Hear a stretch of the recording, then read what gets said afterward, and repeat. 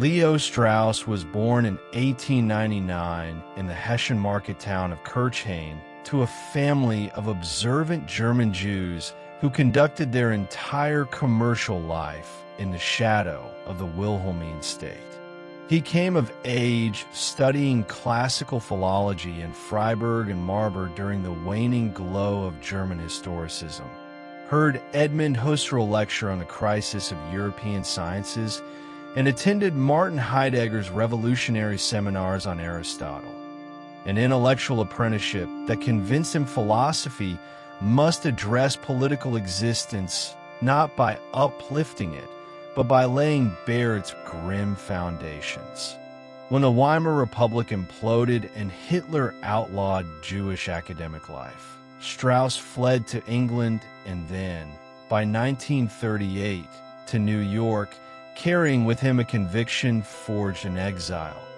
Modern liberalism mistakes the veneer of procedural justice for the substance of public safety, and the philosopher's first task is to strip that veneer away so that the permanent conditions of rule, force, fear, ambition, belief, are exposed in the stark light the ancients once cast upon the polis.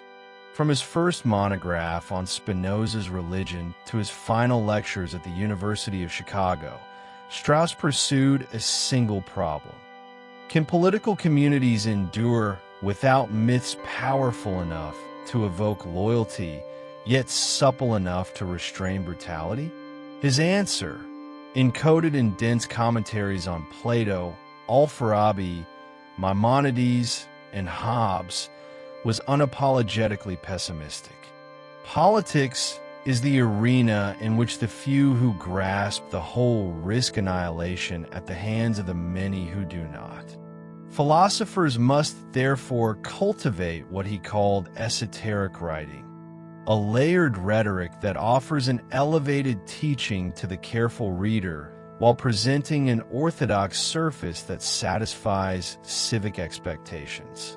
In Persecution and the Art of Writing, he argued that every serious thinker before the Enlightenment practiced this discipline of concealment, not merely to avoid censorship, but because public peace itself depends on a salutary veil. The common good is sustained by useful opinions, noble lies about virtue, providence, or the social contract, whose naked refutation would dissolve the bonds that hold armies in the field and citizens in obedience to law. Strauss's most famous classroom formulation, the quarrel between the ancients and the moderns, pushed this bleak insight further. Classical natural right, he insisted, recognized permanent human inequalities. A handful are capable of theoretical life. The majority are not, and the statesman must reconcile those diverging horizons through prudence rather than egalitarian dogma. Modern natural rights theory, beginning with Machiavelli and consolidated by Hobbes and Locke, promised security to every individual by neutralizing moral hierarchy and elevating acquisitive desire. In Strauss's view, that promise was a bargain with nihilism.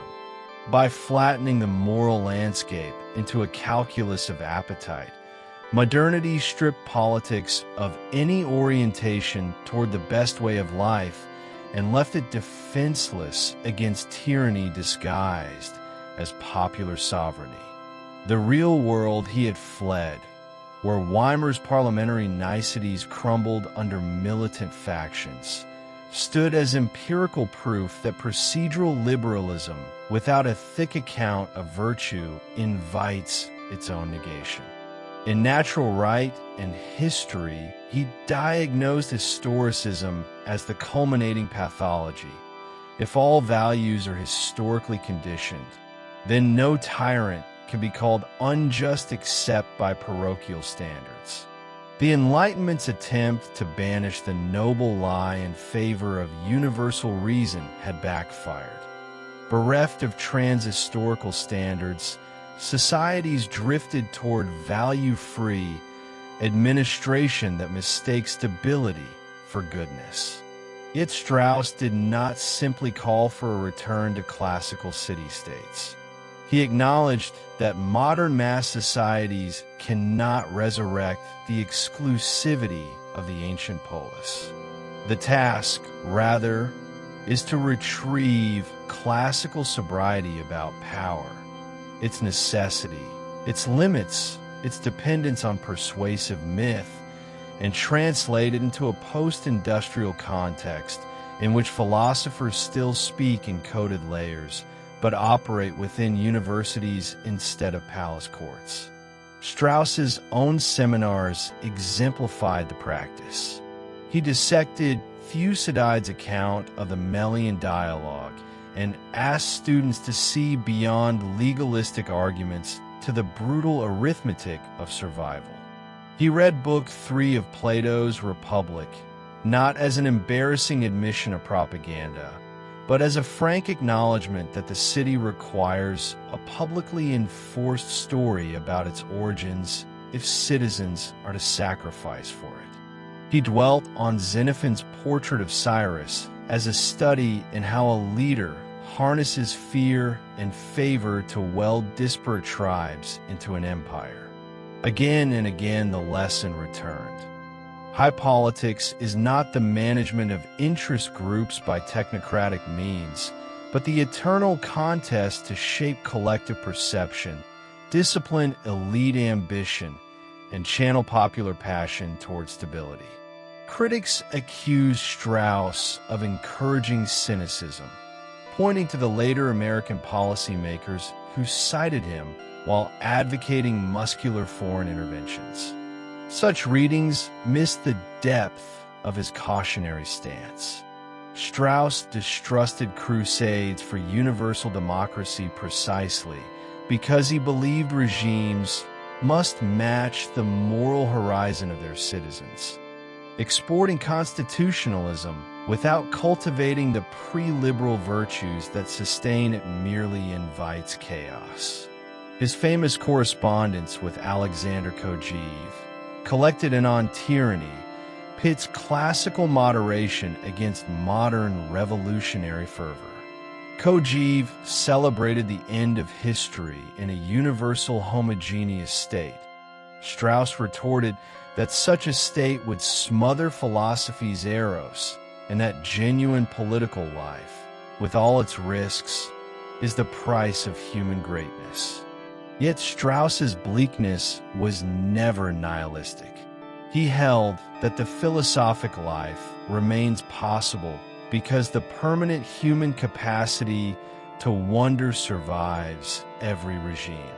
The philosopher's discretion, the willingness to speak obliquely, the acceptance of partial victories, the patience to guide a few receptive minds, embodies the highest form of responsibility in a world where enlightenment for all is neither feasible nor desirable.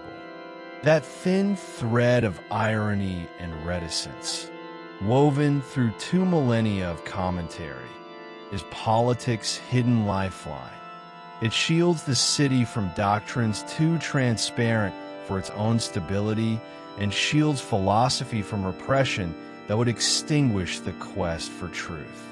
When Strauss died in 1973, the United States was roiled by Vietnam and Watergate, crises that seemed to confirm his somber appraisal of liberal fragility.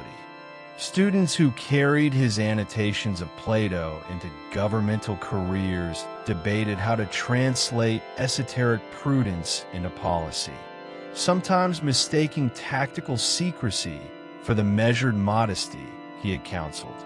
But the heart of his teaching remains austere and bracing. Politics is neither a march toward moral perfection nor a neutral marketplace of preferences. It is a perpetual negotiation between the necessary illusions that bind communities and the hard clarity that only a few can bear. The city needs edifying lies to survive, yet it also needs guardians who grasp the truths those lies conceal. Strauss located philosophy precisely at that tension point, an uncomfortable perch from which one sees the naked struggle beneath public rhetoric and accepts that no reform, however enlightened, can abolish the elemental forces of fear, honor, and advantage. His vision is therefore crude in the original sense, unrefined by a sentimental optimism, sharpened by exile and historical catastrophe, devoted to describing politics as it must be rather than as we wish it to become.